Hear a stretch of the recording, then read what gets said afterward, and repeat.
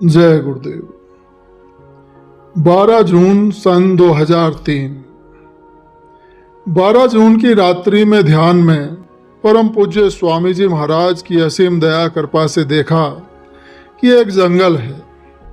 उस जंगल में कुछ सीन चल रहे हैं जिनका वर्णन नहीं किया जा सकता है। फिर मेरे सामने एक चौड़ी सी पुस्तक प्रकट हुई जो मेरी आंखों से करीब 6-7 इंच के फासले पर थी। वो हिंदी में थी, ऐसे मालूम दे रही थी, मोटे अक्षरों में लिखी थी। आवाज आई कि पढ़ लो। मैंने बहुत कोशिश की पर शायद 1-2 शब्द पढ़े गए और पढ़े नहीं गए, और जो शब्द पढ़े वो भी याद नहीं रहे। फिर कुछ मिनटों के बाद वो पुस्तक आलोप हो गई और दूसरे अनेकों अति विचित्र सीन चालू हो गए और क्षण क्षण में वो बदल रहे थे जिनका वर्णन नहीं किया जा सकता। उन सीनों जैसा यहाँ कुछ है भी नहीं जो इशारा भी किया जा सके। फिर एक खुली हुई पुस्तक मेरे सामने प्रकट हुई। वो उस पुस्तक से कम चौड़ी थी, वो भी हिंदी जैसी भाषा में लिखी थी। वो कुछ पढ़ी पर क्या पढ़ा ये याद नहीं रहा। फिर वो पुस्तक आलोप हो गई और दूसरे अवर्णनीय सीन चालू हो गए जो अति से अति सुंदर थे। क्षण क्षण में वो बदलते रहे। सीन आलोप हो गए और फिर तीसरी पुस्तक मेरे सामने प्रकट हुई। वो भी हिंदी जैसी भाषा में थी। इसी प्रकार पुस्तक आती रही और अति से अति सुंदर सीन भी चलते रहे। सीन और पुस्तकें आती रही, जाती रही और आलोप होती रही। सीन भी अति सुंदर चलते रहे और आलोप होते रहे तथा क्षण क्षण में बदलते ये सीन बराबर ये चलते रहे। फिर मेरे बाईं तरफ एक स्टेज दिखाई दिया जिस पर नाच गाना किया जाता है जैसा कि सिनेमा में होता है। यह स्टेज दाएं बाएं और ऊपर से कवर्ड था और लंबाई में काफ़ी गहरा था। स्टेज के टेबल पर एक लंबा चौड़ा आदमी प्रकट हुआ जो काफ़ी मजाकिया मालूम पड़ रहा था। स्टेज पर आते ही उसने कहा कि झूठ बोलना मेरा काम है। ये सुनकर कुछ आदमी और खड़े थे जो मुझे दिखाई नहीं दे रहे थे। उन्हें हंसी आ गई और मुझे भी वास्तव में हंसी आ गई। वो आदमी मुझे दिखाई नहीं दे रहे थे पर उनके जोर से हंसने की आवाज़ आई। फिर वो आदमी चंद मिनट तक स्टेज पर रहा और भिन्न भिन्न प्रकार के मजाकिया से एक्शन वो करता रहा और फिर वो आलोप हो गया। और फिर वो स्थान एक हजारों मील लंबे मैदान में बदल गया और वो मैदान पूरा लोक ऐसा हो गया जैसे वो मोर नाचता है और अपने पंखों को खड़ा करता है। इस प्रकार का सीन वो हो गया। एक सुई की नोक रखने की भी जगह नहीं थी। उसमें पूरे मंडल में मोर कहीं दिखाई नहीं दिया। सिर के ऊपर भी वही सीन चालू थे। काफ़ी देर तक ये सीन रहा और क्षण क्षण में इसके अति सुंदर सीन बदलते रहे जैसा कि चित्र में इसका इशारा किया है, और ये सीन आलोप हो गए। फिर वो विशाल मंडल उसमें भी अति सुंदर दृश्यों से भर गया और उसके सीन भी क्षण क्षण में बदलते रहे जिनका वर्णन नहीं किया जा सकता है। फिर मेरे पास कोई आया और उसने कहा कि तुम्हारा काम बन गया है, तुम वहां चले जाओगे। क्षण भर में ये कहकर वो आलोप हो गया। क्षण भर के लिए परम पूज्य स्वामी जी महाराज की झलक दिखाई दी। फिर मोरों के पंख वाले और दूसरे सीन अदल बदल कर दिखाई देते रहे। मैं इन सब सीनों को रात के 10:25 से लेकर रात के 11:50 तक बराबर देखता रहा। यानी करीब 1.5 घंटे तक मैं ये सब नज़ारे देखता रहा। सीन पर सीन चल रहे थे और क्षण क्षण में बदल रहे थे, पर पैरों के तलवों में बहुत दर्द होने लगा। ध्यान हट गया और मुझे उठना पड़ा। उन क्षण क्षण में बदलते सीनों का तो इशारा मात्र है। हे अनामी महाप्रभु, आपकी अजीब लीला है, अवर्णनीय है। हे धन्य मेरे दाता, आप धन्य हो। हे दाता, मैं पापी हूँ, मेरे गुनाहों को क्षमा करना। हे दाता, मैं नीच और निकृष्ट हूँ, मुझे दया की भिक्षा दे देना, मुझे दया की भिक्षा दे देना। 28 मई सन 2003 की शाकाहारी सदाचारी बाल संघ पत्रिका में परम पूज्य स्वामी जी महाराज ने फरमाया है कि मनुष्य शरीर में ऑटोमेटिक कैमरे लगे हुए हैं। ये कैमरे हैं कि कभी खराब नहीं होते। तुम नहीं जानते कि वो कैमरा कहाँ फिट है, पर वो दिन रात तुम्हारे अच्छे बुरे कर्मों के फोटो खींचते रहते हैं। जब तुम धर्मराय के सामने पेश होंगे तो तब ये रील ऑटोमेटिक चलने लगेगी कि तुमने क्या किया, अच्छा किया क्या बुरा किया, उसी के अनुसार तुम्हारा फैसला हो जाएगा। तो शायद दुनिया के प्राणी मनुष्य इन सबको कोरा गप समझते होंगे। आप साधना करेंगे तो सभी रहस्य खुलते चले जाएंगे। ये रील मेरे कर्मों की गुरु महाराज अनामी महाप्रभु ने 2 दफ़ा दिखाई है, जिसका वर्णन मैंने कर दिया है। जैसा कि गुरु महाराज फरमाते हैं कि सब लिखा जाता है, अच्छा बुरा जो भी गुरु महाराज ने बताया कि सब लिखा जाता है। वो भी गुरु महाराज ने मुझे वे किताबें भी दिखलाई जिनमें मेरे कर्मों का हिसाब लिखा था, जिसका वर्णन मैंने किया है। पापों के पहाड़ जो मेरे ऊपर लदे हैं, उन्हें 3 दफ़ा मुझे ध्यान में दिखाया है, जिनका वर्णन मैं पहले भी कर चुका हूँ।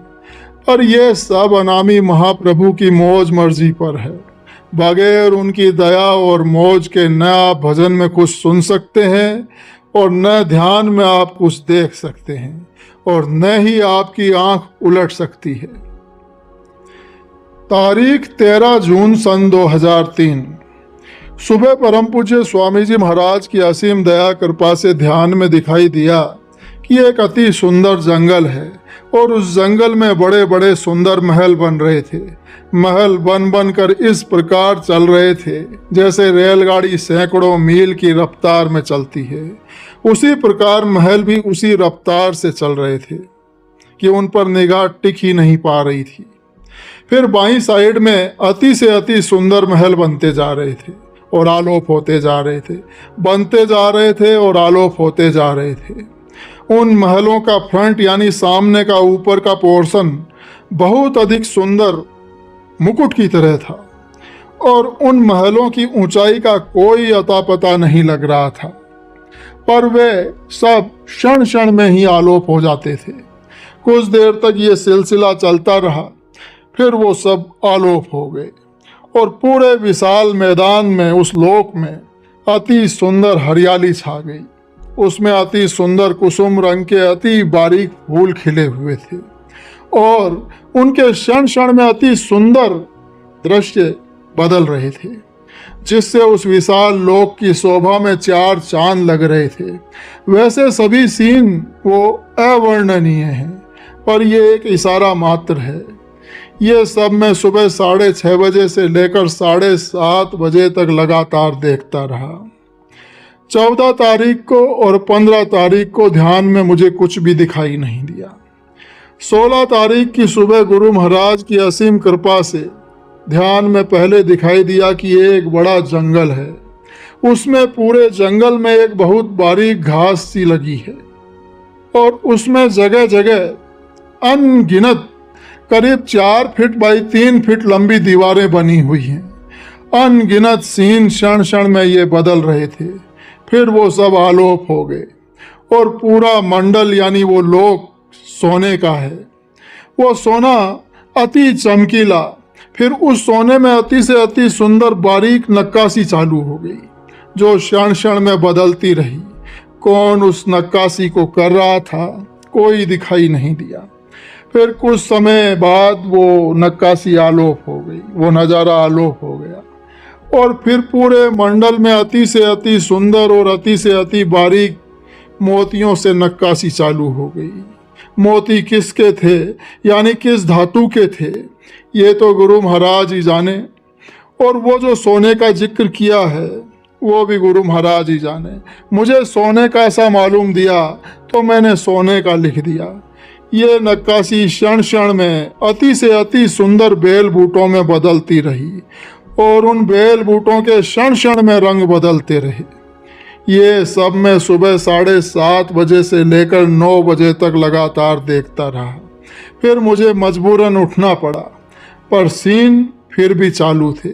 अब जरा सोचो, पूरे मंडल में, उस लोक में क्षण क्षण में सीन पर सीन बदल रहे थे, तो 1.5 घंटे में कितने दृश्य, कितने सीन बदले होंगे। क्या उन्हें याद रखा जा सकता है या उनका वर्णन किया जा सकता है? कदापि नहीं। वहाँ सुंदरता और सीनों की कोई कमी नहीं है। देखने वाले चाहिए। अब तक कितने दृश्यों को तो काफी दिल भर कर देखा, और अनगिनत सीन केवल क्षण भर के लिए दिखाई दिए। वाह मेरे सच्चे परम पिता, मेरे सच्चे रहनुमा, आपकी लीला अपरंपार है। एक से एक आला सुंदर चीजें मेरे सतगुरु मुझे दिखा रहे हैं। मैं कैसे गुरु महाराज का शुक्रिया अदा करूं। 17 तारीख की सुबह ध्यान में परम पूज्य स्वामी जी महाराज की असीम दया कृपा से ध्यान में दिखाई दिया कि एक विशाल मैदान है। उसमें अति विचित्र किस्म की उठी और दबी अजीब किस्म की जमीन है। उसके क्षण क्षण में सीन बदल रहे थे। कुछ समय तक ये सीन चलते रहे, फिर एकदम हजारों मील दूर तक दिखाई देने लगा। एक अजीब किस्म की सड़क दिखाई दे रही थी, जिसका कहीं अंत दिखाई नहीं दे रहा था। सारे मैदान में धुंध जैसी छाई हुई थी, और उस विशाल मैदान में भिन्न भिन्न जगह पर रोशनी टिमटिमा रही थी। काफी देर तक ये सीन चलता रहा, फिर दूसरे अजीब किस्म के सीन चालू हो गए, और क्षण क्षण में ये सीन बदलते रहे, जो अवर्णनीय है। तारीख 18 की सुबह, दोपहर, शाम और रात ध्यान में कुछ भी दिखाई नहीं दिया। 19 तारीख की रात में ध्यान में परम पूज्य स्वामी जी महाराज की असीम दया कृपा से दिखाई दिया कि एक विशाल जंगल है। उसमें अनगिनत अपार जनता बैठी हुई है। उनके सिर पर सफ़ेद कपड़े इस प्रकार बंधे हैं कि उनके मुंह नहीं दिखाई दे रहे हैं। वे सब हिलडुल रहे थे। भीड़ इतनी खचाखच थी कि एक तिल रखने की जगह तक नहीं थी। काफ़ी देर तक ये सीन चलता रहा, और वे सब बैठे रहे। काफ़ी देर तक इसी प्रकार बैठे रहे और हिलते डुलते रहे, और फिर बैठे बैठे आलोप हो गए। उसके बाद उस जंगल में अजीब किस्म की फूलों की बेलें दिखाई दी। उन पर अजीब किस्म के रंगों वाले अजीब अजीब किस्म के फूल खिले थे, और बेलों का रंग हरा न होकर पता नहीं किस किस्म का था। अति सुंदर था। कुछ समय बाद वो भी आलोप हो गए, और फिर कुछ दिखाई नहीं दिया। काफ़ी कोशिश की, वो तो सब अनामी महाप्रभु की दया और मौज से दिखाई और सुनाई देता है। हे दाता, मैं पापी हूँ, मेरे गुनाहों को क्षमा करना। मैं नीच और निकृष्ट हूँ, मुझे दया की भिक्षा दे देना।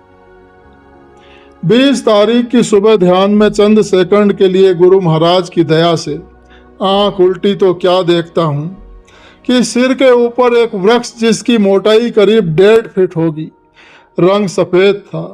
उसकी ऊंचाई का कोई अता पता नहीं था। वो वृक्ष अत्यंत से अत्यंत सुंदर वस्तुओं से सुसज्जित था।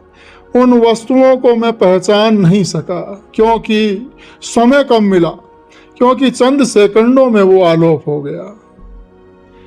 20 जून 2003 रात में परम पूज्य गुरु महाराज की दया से ध्यान में दिखाई दिया कि एक विशाल जंगल है। उसमें फुलवारी और हरियाली घुमावदार लगी है, और उसकी सुंदरता के सीन क्षण क्षण में बदल रहे थे। कुछ देर तक ये सीन चलते रहे, फिर उस विशाल जंगल में लाल रंग के किले से बनते चले जा रहे थे, जिनकी ऊंचाई का कोई अता पता नहीं था। आंख उलट गई तो सिर के ऊपर भी वही किलों का सीन चालू था, और हजारों मीलों की ऊंचाई पर एक रोशनी क्षण भर के लिए दिखाई दी। फिर और किले बनते चले गए। उनकी बनावट अति से अति सुंदर थी, और उनके ऊपर अति से अति सुंदर और अति से अति बारीक नक्काशी थी, जिनका वर्णन नहीं किया जा सकता है। फिर पूरब से पश्चिम की तरफ अनगिनत किले बनते चले गए, बड़ी तेजी के साथ बनते आ रहे हैं और पूरब से पश्चिम की तरफ बड़ी तेजी के साथ आ रहे हैं। कुछ देर तक यानी रात के 11:10 से 12:05 तक मैं इन सीनों को देखता रहा।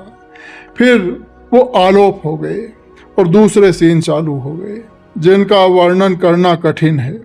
फिर आंख को उलटकर देखा तो सिर के ऊपर एक मकड़ जाल सा बना था। पूरे मंडल में यानी ऐसा मालूम दे रहा था जैसे कि मैं किन्हीं बारीक लकड़ियों के जाल में बैठा हूँ।